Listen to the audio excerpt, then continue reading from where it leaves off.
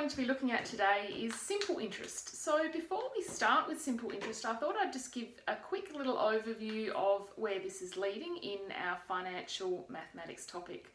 So in life, you're going to need money, you're going to spend money, and sometimes you're going to need more money than you actually have. So some options for you in the future will be to borrow money. When you are borrowing money, you need to pay that money back, but you also need to pay the interest back. So interest is a charge for you to use someone else's money in advance. Interest can also be earned, okay? So if you have a savings account and you are putting money into that savings account and that account is with a bank, the bank will actually pay you money for having your money in the bank, okay? So in the larger scheme of things, what's important to understand is if you've got people putting money into the bank, okay, and you've got people taking money out of the bank's job is to manage all of that money. So they have to pay people to access their money, those people are saving, and then the people that are borrowing money from the bank have to pay the bank. Okay, so interest can go both ways. You can earn interest if you put money into the bank, but if you have a loan with the bank, then you will need to repay the interest. Okay, so that's where interest fits in terms of our financial maths, but I guess it's important for us to know how to calculate interest and what that interest is actually related to.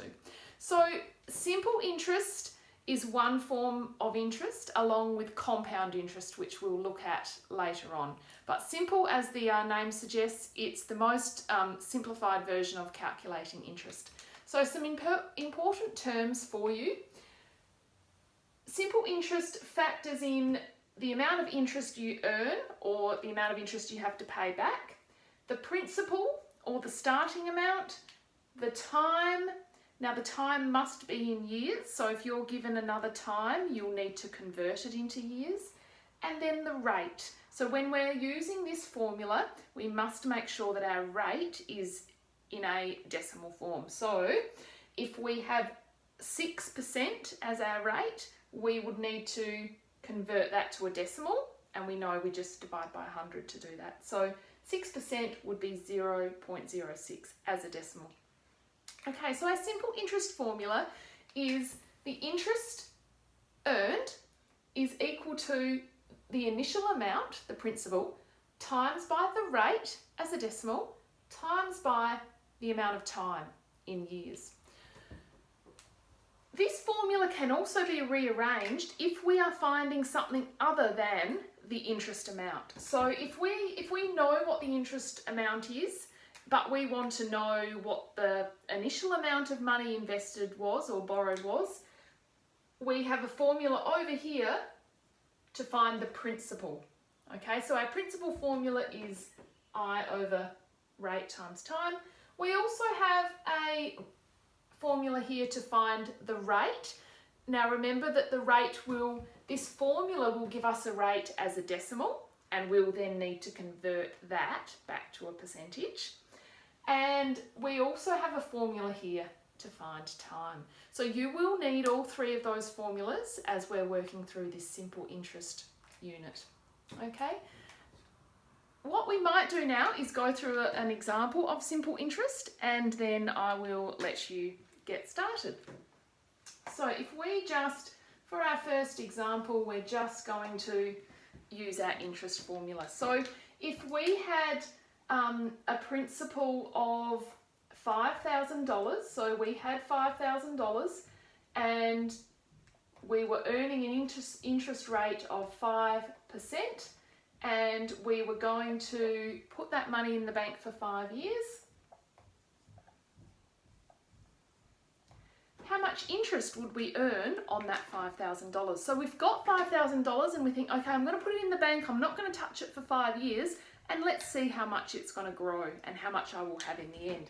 So to find out our interest, we're going to do I equals 5,000 times by 5 times by 0.05, because on the way here we need to divide that by 100.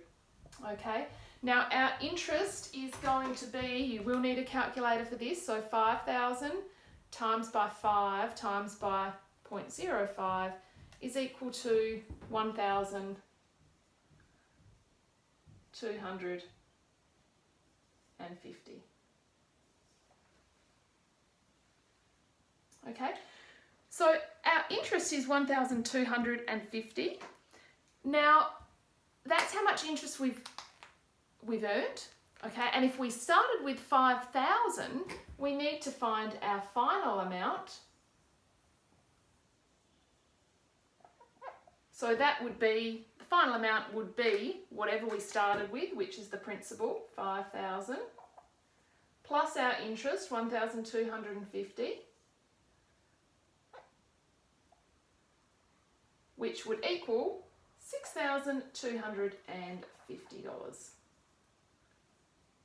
Okay, so in this example here, we started with 5,000, we've earned $1,250 in interest over those 5 years, and our final amount leaves us with $6,250.